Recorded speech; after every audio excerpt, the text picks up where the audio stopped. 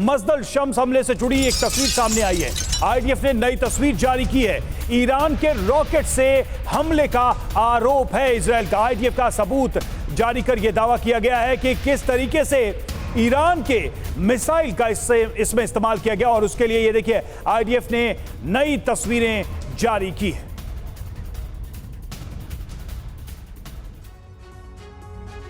तो football ground में हुए इस भयानक हमले की जो तस्वीरें हैं वो दिल दहला देने वाली हैं। मासूम बच्चों की जान गई है। मजदल शम्स अटैक में ईरान के हाथ की बात अब सामने आ रही है और इसे लेकर इजराइल ने बड़े दावे किए हैं। इजराइल क्या दावा कर रहा है? जिस रॉकेट से हमला हुआ वो ईरान में बना था, ये सीधे तौर पर कहा गया है। ईरान के फलक 1 रॉकेट से इस अटैक को अंजाम दिया गया। हम जानते हैं कि हिजबुल्लाह के पास ईरान के तमाम हथियार मौजूद हैं, लेकिन इजराइल अपने दावे में यह पुख्ता कर रहा है कि जो रॉकेट फुटबॉल ग्राउंड में गिरी वो ईरान की ही थी। रॉकेट की रेंज 10 किलोमीटर बताई गई है। रवि, बिल्कुल, और देखिए रॉकेट पर 50 किलो का वॉरहेड, जी यानी कि क्षमता इसकी 50 किलो तक विस्फोटक ले जाने की है, और इसी वजह से ये बड़ा एक तरीके से हमला माना जा रहा है। बड़ा नुकसान हुआ। और देखिए इजराइल पर हमले को लेकर हिजबुल्लाह की बड़ी तैयारी है। घातक हथियारों से जंगी ट्रेनिंग, डमी ठिकानों को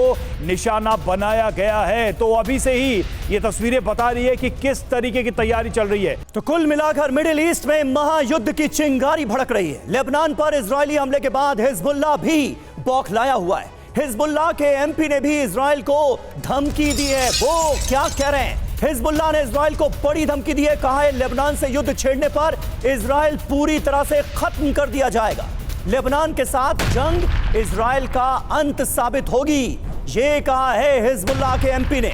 लेबनान के साथ अगर जंग आगे बढ़ाई गई तो इसका नतीजा इजराइल के खात्मे के तौर पर सामने आएगा, ये कहा है हिजबुल्लाह ने।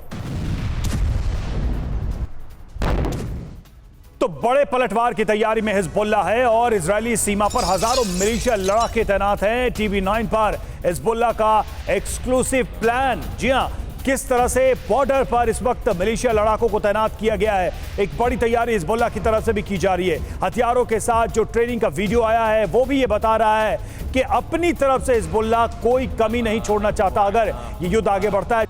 और आइए अब आपको बताते हैं कि हिजबुल्लाह का प्लान क्या है। करीब 2.5 लाख ट्रेंड लड़ाके किसी भी वक्त हमले के लिए तैयार बैठे हैं। नसरल्लाह हिजबुल्लाह का चीफ, उसने युद्ध की रणनीति को हरी झंडी दे दी है। इजरायली सीमा पर करीब 1.5 लाख मिलिशिया लड़ाके डटे हुए हैं जो नसरल्लाह के एक इशारे पर कोहराम मचा सकते हैं। टैंक, रॉकेट सिस्टम और घातक हथियार बॉर्डर के पास भेजे जा चुके हैं, यानी तैयारी पूरी है।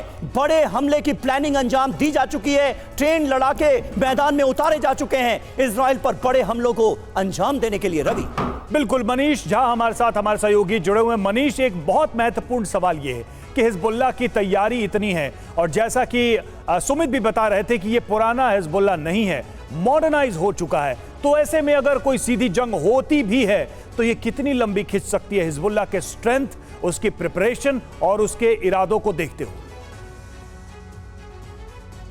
देखिए, इजराइल और हिजबुल्लाह के बीच में जब 2006 में 2014 में जंग हुई तो उस वक्त भी नतीजा किसी के एक के पक्ष में नहीं आया, और ऐसी स्थिति में कहा गया कि इजराइल और हिजबुल्लाह दोनों के बीच में बस 19-20 का फर्क है।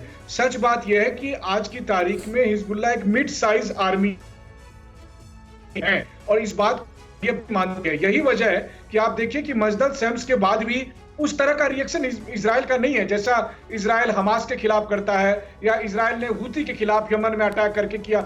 जो एक्शन है इसके बाद भी आईडीएफ की तरफ से, क्योंकि आईडीएफ में एक बड़ा वर्ग है जो चाहता है कि सीधी सीधी जंग हिजबुल्लाह से ना हो। देखिए, अमेरिका भी इस बात को मानता है कि आज की तारीख में हिजबुल्लाह के पास जो कैपेबिलिटी है, वैसी स्थिति में यह आसान जंग कभी नहीं होगा, और इसीलिए आईडीएफ लाइन क्रॉस करके ग्राउंड ऑपरेशन शुरू करना नहीं चाहती है।